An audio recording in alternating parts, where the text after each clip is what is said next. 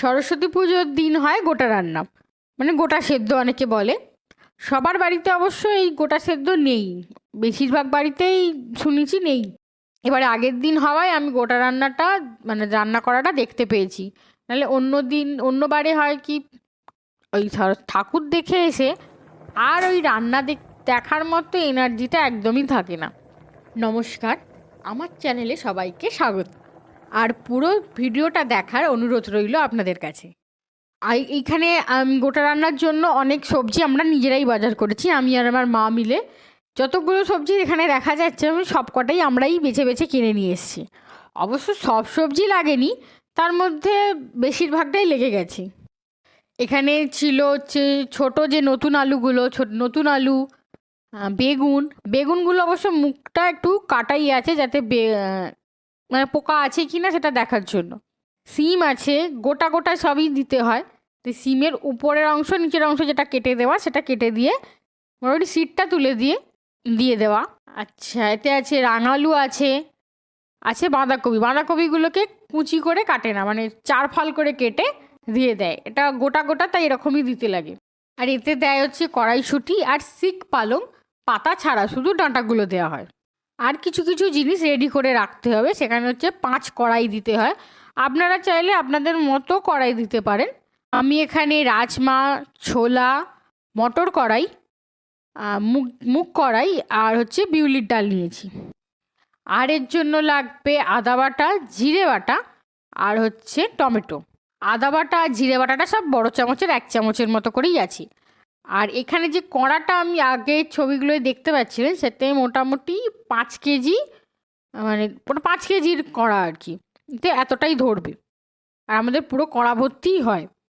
আর কড়াইগুলো এখানে যেগুলো আছে সেগুলো আপনাদের মতো মানে করবেন, কারণ আমরা কম দিই, অনেকে অনেক বেশি বেশি দেয়। এবার এক এক করে একটা কড়াইয়ে তেল গরম করে ওতে একটা তেজপাতা, একটা শুকনো লঙ্কা আর হচ্ছে একটু 5 ফোড়ন দিয়ে যে কড়াইগুলো আমি রেখেছিলাম আগে থেকে, ওইগুলো নিয়ে একটু ভেজে নিতে হবে। ভাজা হয়ে গেলে ওতে টমেটো দিয়ে নুন দিয়ে একটু মানে নরম হয়ে যাওয়া পর্যন্ত নেড়ে তাতে আদা বাটা আর জিরে বাটাটা দিয়ে জিনিসটা কষে নিতে হবে। এতে হলুদ গুঁড়ো আর লঙ্কা গুঁড়ো দিয়ে কষিয়ে নিয়েছি। ওটা কষা হয়ে গেলে আমরা এটা ছোট কড়াই করেছি, আর যে বড় কড়াটা দেখলেন সেই কড়াটাই আমরা আগে, কষা হয়ে গেলে ওটাকে আমরা আগে ঢেলে নেবো ওই বড় কড়াতে। অনেকের বাড়িতে অনেক রকমভাবে হয়, আমার মা প্রথম থেকে এরকমভাবেই করে। আর এরকমভাবে করলে তাড়াতাড়িও হয় আর মানে একটু সুবিধাও হয়। এবার ওই যে কড়াটায় ঢালা হয়ে গেল, এবার ছোট কড়াটা একটু ধুয়ে নিয়ে আবার একটু তেল দিয়ে তাতে প্রথমে আলুগুলো, মানে নতুন আলু, ছোট ছোট আলুগুলো আর রাঙালুগুলো অল্প নেড়ে, মানে শুধু গায়ে আঁচটুকু লাগবে, নিয়ে আবার আমি দিয়ে দেবো ওই মশলাগুলোর ওপরে।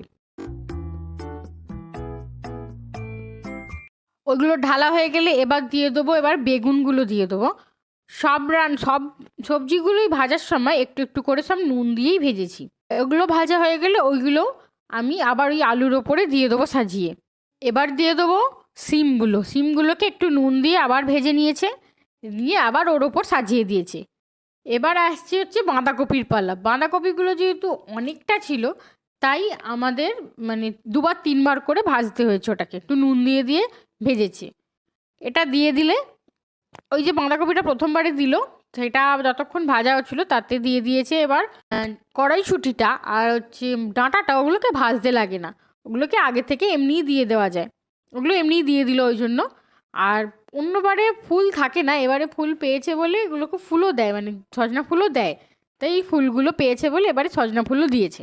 বাঁধাকপিগুলো একটু একটু করে নরম হয়েছে আর মা পরপর দিয়ে দিয়েছে।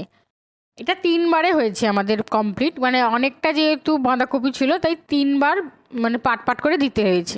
কাদের কাদের বাড়িতে গোটা রান্না হয় আর কাদের কাদের কীরকমভাবে গোটা রান্না হয় সেটা অবশ্যই আমাকে একটু কমেন্ট করে জানাবেন, তাহলে আমিও জানতে পারবো যে কাদের কীরকম নিয়মে হয়। আমি অনেক নিয়ম হয় শুনেছি, মানে অনেকের থাকে যে খুন্তি লাগানোই যায় না, আমাদের খুন্তি লাগানো যায়, তাই একটু আমাকে কমেন্ট করে জানাবেন।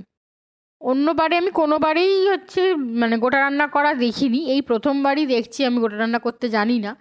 প্রত্যেকবারেই সরস্বতী পুজোর দিনই পড়ে, এবারে যেহেতু দুদিন সরস্বতী পুজো পড়েছে, আগের দিন পরের দিন করে, তাই আগের দিনই মানে প্রথম দিন মানে সোমবার সরস্বতী পুজো ছিল, আর রবিবার দিনও যেহেতু সরস্বতী পুজো পড়ে যায় সেই দিনই আমাদের গোটা রান্নাটা হয়ে যায়।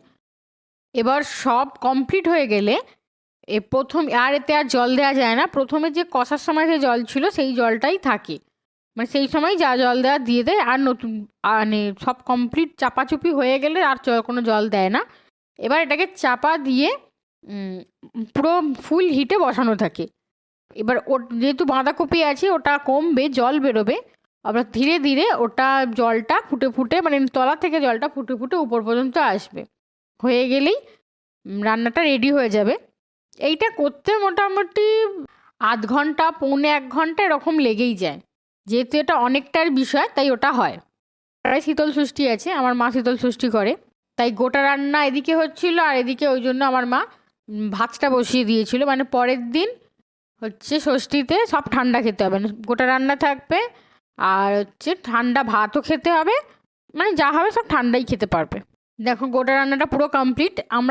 আমার বাড়িতে গোটা রান্না খেতে খুবই সবাই ভালোবাসে, তাই রান্নাটা হয়ে গেলেই আমরা সেদিনও খাই, পরের দিনও খাই, মানে পরের দিন সারাদিনই আমরা গোটা রান্না খাই। সেদিনও আমরা রুটি দিয়ে রাত্রে খেয়েছিলাম। আর পরের দিন তো দেখতেই পাচ্ছেন এটা আমার থালা, আমার মা পুরোটাই মানে জল ঢালা ভাত খেয়েছে, কারণ ওটা জল ঢালা ভাতই করে খেতে হয় বলে। এটা আমার আর সবাইকে একটু একটু করে দেয়। এটা হচ্ছে একটু মিষ্টি দই দিয়ে প্রথমে ওই ভাতটা খেয়ে নিয়েছিলাম, ওতে গোটা রান্না ছিল আর আমাদের ভাত ডাল হয়েছিল। আমার মা পুরোটাই দই আর জল ঢালা ভাত গোটা রান্না এইসব দিয়েই খেয়েছিল। আর আমার এই রান্নাগুলো যদি ভালো লেগে থাকে অবশ্যই আমাকে একটু লাইক শেয়ার অ্যান্ড সাবস্ক্রাইব করে দেবেন। আপনারা পাশে থাকলে তবেই আমি আরও ইন্সপায়ার হব এই নতুন নতুন ভিডিও দিতে। ভালো থাকবেন, সুস্থ থাকবেন।